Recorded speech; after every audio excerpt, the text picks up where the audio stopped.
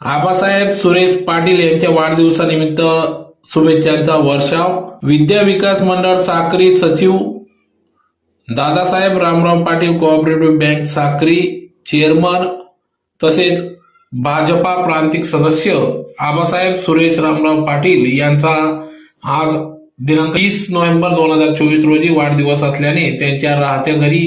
शुभेच्छांचा वर्षाव करण्यात आला, ज्यात प्रामुख्याने अनेक मान्यवर पदाधिकाऱ्यांनी या ठिकाणी त्यांना त्यांच्या पुढील वाटचालीस शुभेच्छा दिल्या. यावेळी नवनिर्वाचित आमदार मंजुळाताई गावित,